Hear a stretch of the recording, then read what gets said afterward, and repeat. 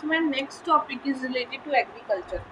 Okay, so this topic is quite lengthy, but we'll discuss here first fertilizer sector in India, and after then phosphorus sector, minor irrigation sector, and Bharat Tiya Beej Sahkari Samiti, seed certification, food storage in India, and managing the food inflation in India, and aqua culture sector, and after then inland fishery, credit guarantee scheme for the livestock sector, that is very important. National Turmeric Board, new board is created. National Bank for Agriculture and Rural Development, NABARD, which is providing the soft loan to the agriculture sector. Indian Council for Agriculture Research, ICAR, which is for research and development. Okay, so these some parameters we are going to discuss here. So first of all, in agriculture sector, we are starting with agriculture and fertilizer in India. Okay, so coming on the agriculture sector, yeah, this is the agriculture. So first of all, we'll discuss about the fertilizer sector. So recently, Cabinet Committee of the Economic Affair. This is Economic Affair of the Cabinet Committee, and this is approved the unique package for innovative scheme for farmer with total outlay of 3.70 lakh crore. PM program for restoration awareness generation, that is PM Pranam scheme, which is very important. PM Pranam. PM Pranam is announced in the budget 23 and 24 to incentivize the UT to promote the alternate fertilizer and balanced use of the chemical fertilizer. So PM Pranam scheme, which is using for the balanced use of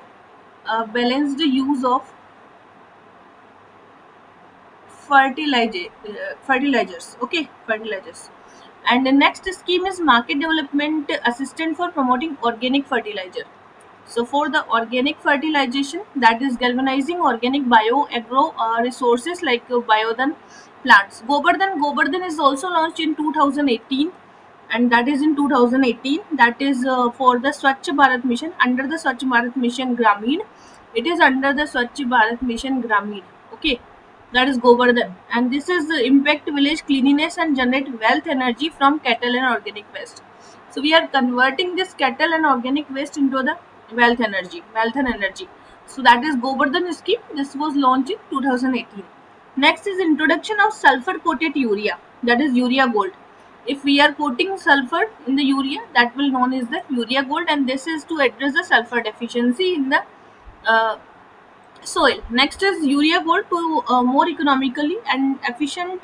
This is urea gold is more economical and efficient than neem coated urea. So sulfur coated urea is the very efficient rather than the neem coated urea. Neem coated is not that much efficient.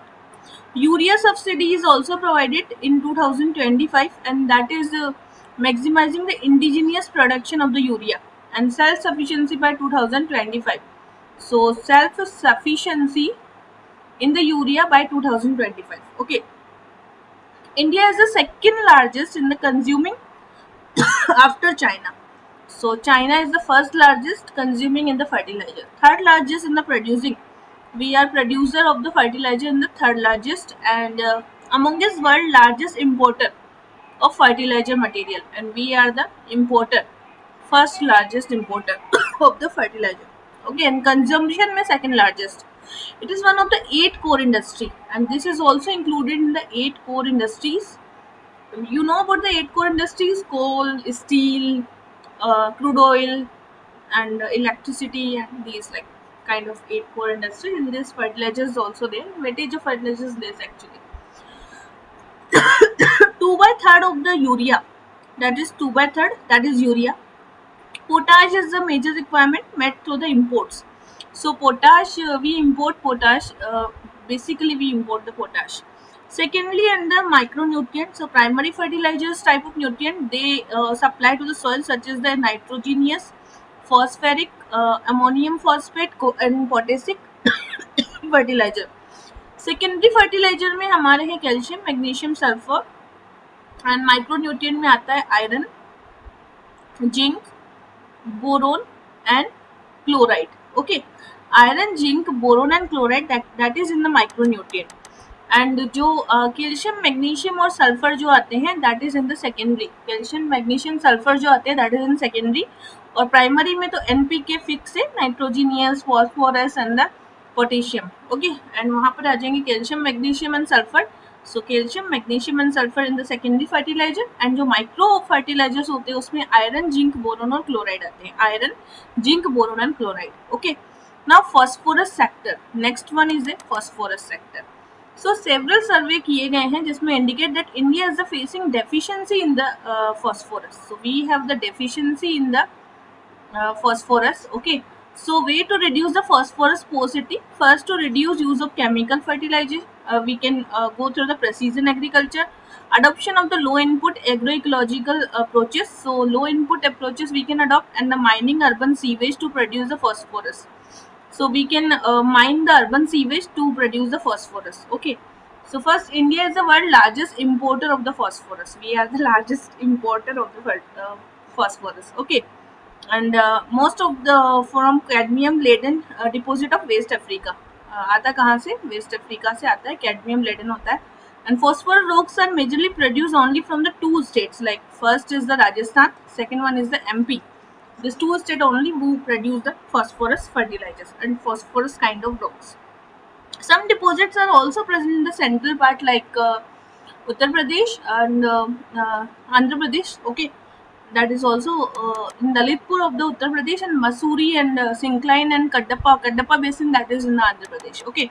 Now the concern with the phosphoric availability, that is phosphorus coexist with the cadmium, and metal whose removal is expensive. Handful countries such as the Morocco, West Sahara, China, Algeria, this is most of the reserve of the phosphorus. And harmful effect of the phosphorus low directly to water bodies, like loss directly to the water body. So if we are using phosphorus, it will lost directly in the water bodies like sewage, runoff of the sewage, okay, and growth of toxic algal bloom. If we are using phosphorus, that means there can be algal blooms of the. And the next is cadmium laden fertilizers that is applied to the soil and absorbed by the crops and accelerating heart disease, and it can be accelerate the heart disease, and it can grow the algal bloom. Okay, now next topic is the minor irrigation. So Ministry of Jal Shakti, and that is releasing the sixth census of the report minor irrigation. The first census conducted with the reference of 1986, released by 1993 में ये published हो गई थी. Okay. So classification irrigation project in India are classified three. First is the major irrigation, then medium irrigation, and last one is the minor irrigation. Okay, and who is releasing? That is Ministry of Jal Shakti. Classification हो गया. Then major irrigation project में आएगा 10,000 hectare के जितने भी projects होते हैं. Cultivable command areas that is physically irrigated from schemes fit for cultivation. Medium irrigation में आता है लेस देन 10,000 हेक्टेयर और 2,000 हेक्टेयर के बिटवीन में आता है जो. एंड माइनर इरिगेशन जो लेस देन 2,000 हेक्टेयर के अंदर जो आता है. That is sources minor irrigation project have both surface and ground water. So they can be in surface, they can be in the groundwater. Major medium project mostly exploit surface water, and they can exploit the surface water. Minor irrigation sector is a whole implemented by the state government, and that implemented by the state government, and the state have state specific schemes also. Category of the minor irrigation scheme: groundwater scheme, that is borewell, shallow tubes, medium tubes well, and deep tube well. These are the groundwater. And the surface flow में आता है consist of the tank and conservation cum groundwater recharge. Okay, so there is a tanks also. Now there is a rationalization of the minor irrigation statistics. The centrally sponsored plan. This is the centrally and sponsored plan, that is the minor irrigation. Okay, it included in 1987. And later it became a part of central sector plan scheme development of water resource information system, and the main objective is to build a comprehensive reliable database in the minor irrigation sector. Okay, that is the development of water resource information system, and it is a centrally sponsored scheme, that is rationalizing of minor irrigation. Highlight report first census of the water body, that was in the 6 minor irrigation scheme, that was 2017 and 18. That was the first census of the water body, and it was minor irrigation and scheme, that was a 6th report. Okay, so it objective developed the national database all water body. Minor irrigation scheme of India was reported in 690 district of the country, and 94% of the irrigation scheme groundwater based, and 5.2% that is based on the surface water. So this scheme is based on basically in the groundwater. Okay, Uttar Pradesh poses the largest number of the minor irrigation projects. UP, then Maharashtra is second, and then will be Madhya Pradesh. Okay, so UP is the one number. Dug well has been highest scheme, followed by the shallow well. So there is a dug well, then will be the shallow well, and then will be the tube well. Okay, tube well. So now next is ownership of the minor irrigation is 96%, that is privately owned. So private projects are there, and 3.4 only the public. Individually owned 18% by the women. Women are owned the 18%, and the usage of the scheme 97% scheme is in use. Okay. Now next topic is Bharatiya Beej Sahakari Samiti.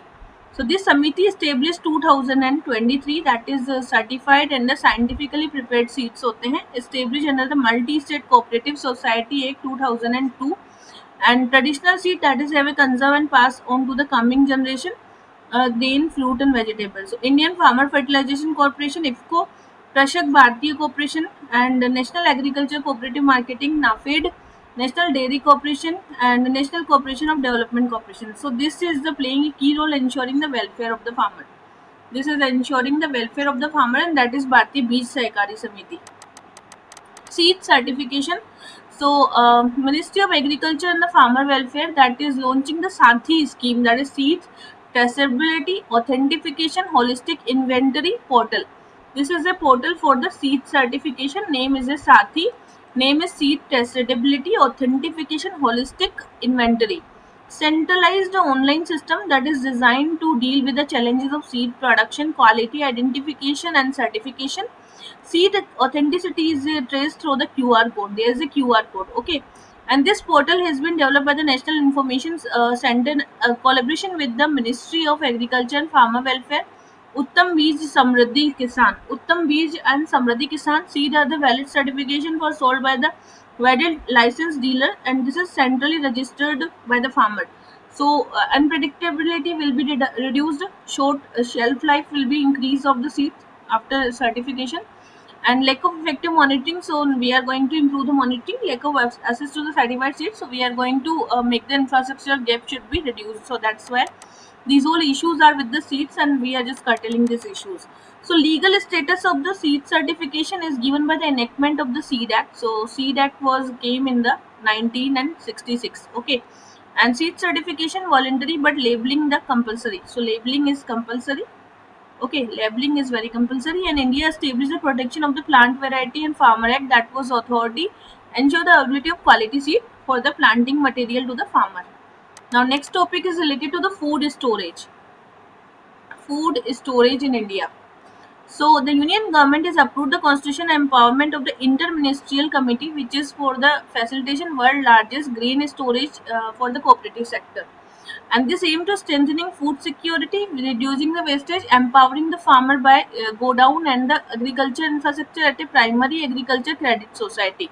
So there are the primary and agri credit society, agri and credit societies. Okay, societies, and these societies are encouraging the farmer to improve the food security, reducing wastage and empowering the farmer. So PACs are the village level cooperative credit society. These are the village level societies and linked to the three-tier cooperative credit headed by the state cooperative bank. Okay, this is headed by the state level, state cooperative and banks. So food societies are under the state cooperative credit society. PACs involve the short-term lending, and they lend to the short-term lending, or what is known as a crop loans, and they give the crop loans. Okay, implementation to ensure the timely uniform implementation. Ministry of Cooperation would implement the pilot projects. Okay, in the 10 district. Convergence of the several scheme are also there.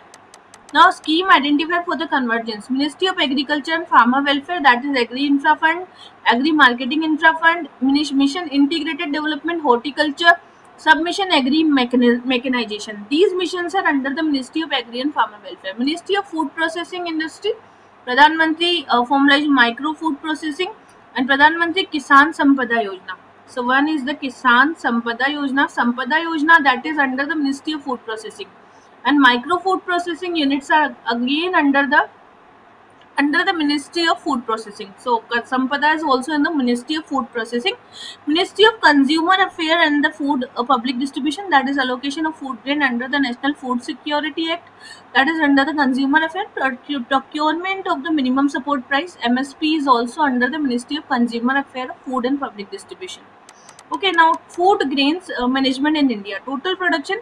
So India has been producing 310 million ton food grains in the 2 years. Okay, and centralized procurement system, we have FCI, and FCI is directly state government under agency which is hand over the stock of FCI. So that is centrally procurement system. Central pool is undertaken in the FCI, and decentralized procurement system, that was in 1997. Food grain are produced and distributed in the state government themselves, that is decentralized in the state government. Distribution of the food grain, central government, so the FCI has assumed to responsibility for procurement, storage, transportation of the allocation of the food to the state government, that is central government is doing this. The operational responsibility including allocation, identification, issue of the ration card, and supervision of the fair price shop, that is under the state government. So what state government is doing?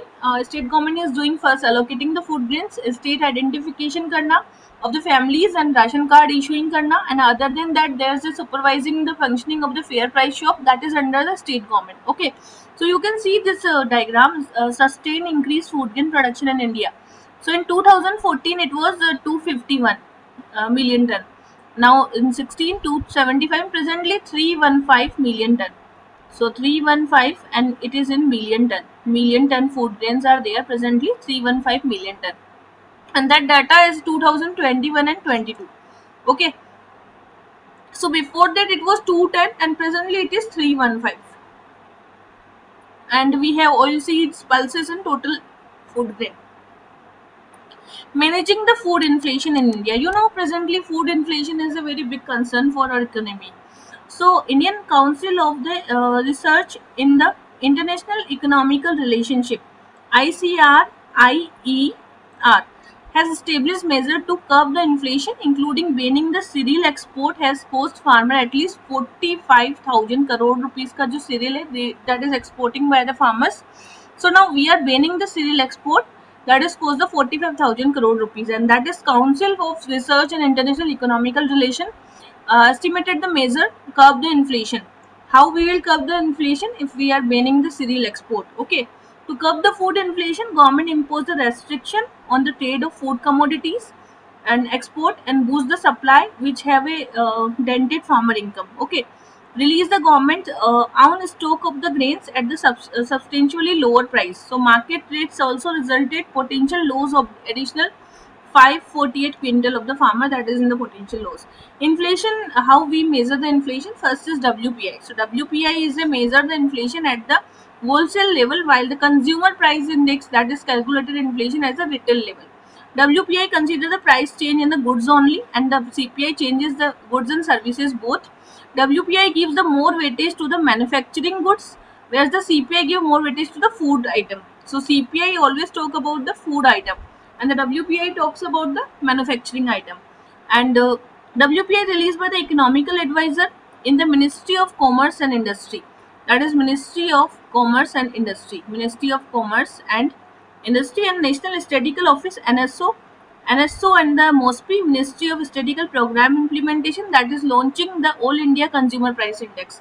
So Consumer Price Index launched by the MOSPI, Ministry of the Statistical and Program Implementation, and WPI released by the economical advisor in the Ministry of Commerce and Industry, that is the Mickey, you can say, Ministry of Commerce and Industry, that is launching the WPI Mickey. Okay, All India Consumer Price Index group, that is miscellaneous are 28%, housing को हमने 10% दिया है, and fuel and lights को दिया है 6%, and clothing को हमने दिया है 6.5%, एंड पान, टोबैको एंड इंटॉक्सिकेंट्स को 2.5%, एंड फूड एंड बीवरेज जो है हमारा 45.9% का है.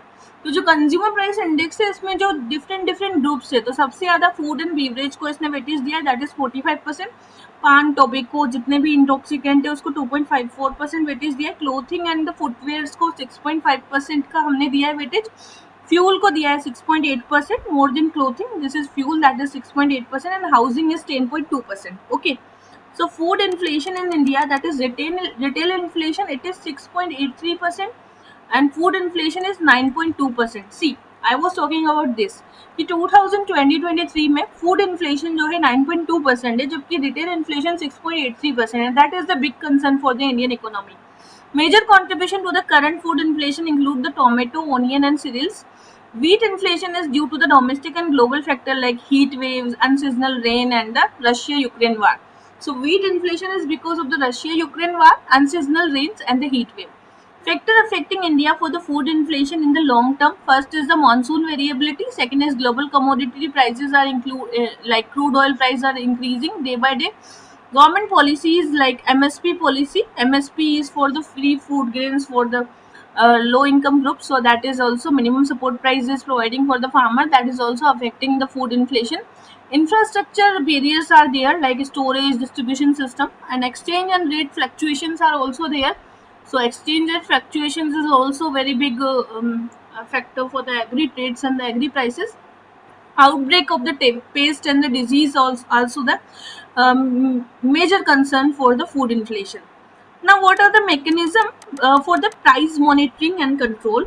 So first is price monitoring division is built up, that is price monitoring division, Department of Consumer Affairs, monitoring the price selected essential commodity. So this is under the Department of the Consumer Affairs, Department of the Consumer Affairs price monitoring schemes. It analyzes the price situation, advance feedback for the taking the measures.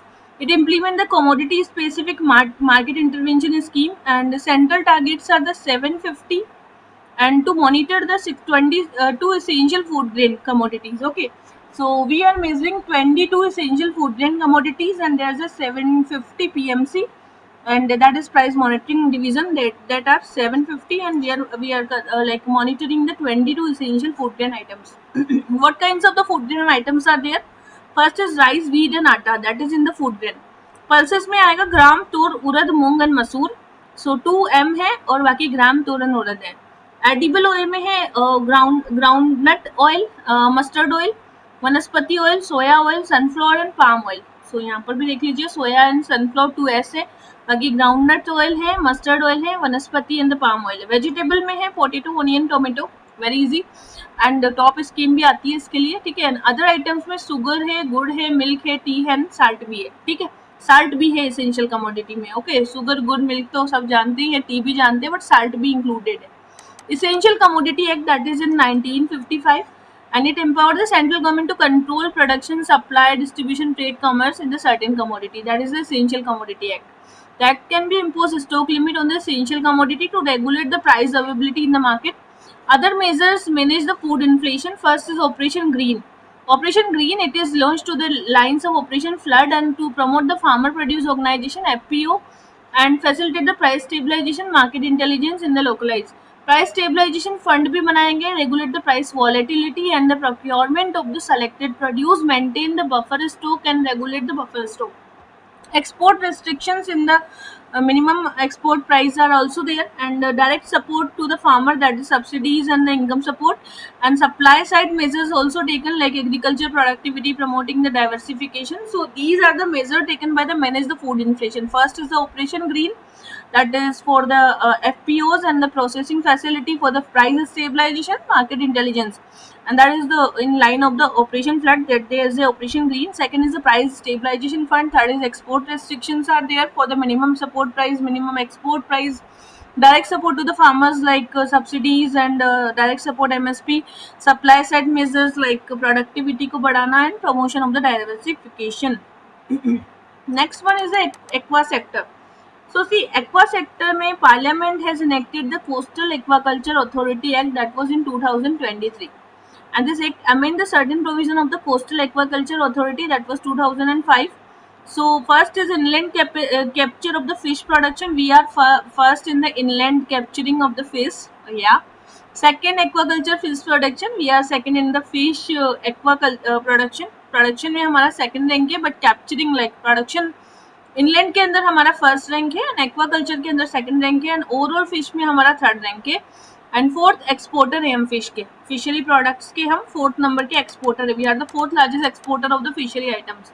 In 2005, established the Coastal Aquaculture Authority. There is a Coastal Aquaculture Authority to regulate the coastal aquaculture.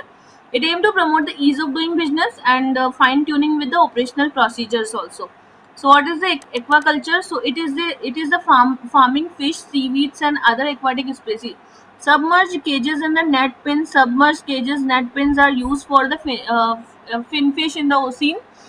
Lines are used to farm seaweeds and the mussels ocean. Bottom culture में आता है lines, tray and bakes, and it is used for the seaweeds and the beaverages like oysters, shallow coastal areas. These are also bottom culture में आएगा. Next is the ponds and tanks. So these are ponds and tanks are used to the farm fish, finfish and shrimp on the land or the coastal or fresh water. So shrimp जो मिलता है हमें, that is in the ponds and tanks. And bottom culture में oysters, and in shallow coastal areas में oyster, bivalves and the seaweeds. We can found the seaweeds, bivalves and the oysters in the bottom culture. And lines जो हैं यहाँ पर lines are used to the farm seaweed like the bivalves and the mussels and in ocean. Submerged cage होते हैं, net pins होते हैं, cage and net pins. They are submerged cages and the net pins are used for farm finfish in the ocean. So there is a finfish in the ocean with the submerged cages and net pins.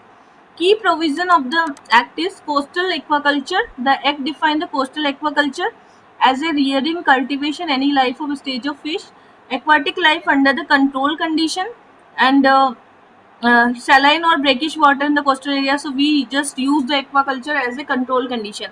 It also includes the activities such as the production, bloodstock, seed, grow out, but not included the freshwater aquaculture. So under this act, freshwater aquaculture yet not been included, and it's good for the global climate. It expands the scope of the act beyond the coastal aquaculture farms to cover the all verticals and activities of coastal aquaculture for the sustainable development. And regulation of the allied coastal aquaculture activities, like coastal aquaculture activities are the no development zones, coastal regulation zones, ecological sensitivity area also covered in this. Some allied activities like seaweed culture, nucleus breeding, and some areas are exempted also. Change to the Coastal Aqua Authority composition. The Act added the representative of Ministry of Fishery and Animal Husbandry and Dairying. Increased the Act, enhanced the scope for the regulations and facilities. Expanded the functions also. There is an authority for the aquaculture input monitoring and the units. Decriminalization is also there. The Act removed the imprisonment provision for its contravention and replaced them with the suitable monetary and other penalties. So decriminalization of the act is also there, and adjudication and appeals will be there. Under the act, central government may authorize an officer at least under the secretary level. So officer will be at least under the secretary level who will educate the penalties also. Okay, so this is all about the fishery and aquaculture. Now inland fishery. So India has recently overtaken the China and become the largest contributor to the inland fishery, and emerging as one of the top 3 fish producing country in the world. Okay, so now inland fishery is the harvesting, management, conserving the fish generally under the river, lake and reservoir and pond. The main two method, the capture fishery and the culture fishery. Capture fishery, obtaining the fish directly from the lake, river, ponds with the help of the fishing gears and nets. Oh, that is known as the capture fishery. Capture fishery. Okay, and the culture fishery, raising and harvesting fish in the control environment.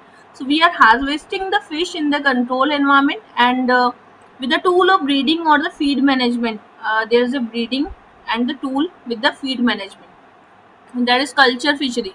So you see, in the inland fishery, we are growing day by day, and marine production is like this. Okay, so this is India fish production has doubled in the past 9 years to 131 lakh tons. Presently 131 lakh and tons, and this is doubled. This is doubled past 9 year. तो 9 year के अंदर क्या हुआ है? This is doubled. This is doubled in the 9 year. This is important for the prelims. So types of the inland fishery में है tank and pond की fishery, then cold water fishery, that is promote the omega pickish trout in the Himalaya state, keg culture and reservoir fishery, promoting the fishery in the small medium reservoir, brackish water in the saline aquaculture fishery, that is shrimp and aquaculture and the transforming wasteland to the wetlands, and ornamental fishery, that is India has a diverse variety of fishes, and riverine fishery, that is river ranching can be used for the conservation of the indigenous fishery. Now next topic is related to the livestock sector, and I will cover it in the next video.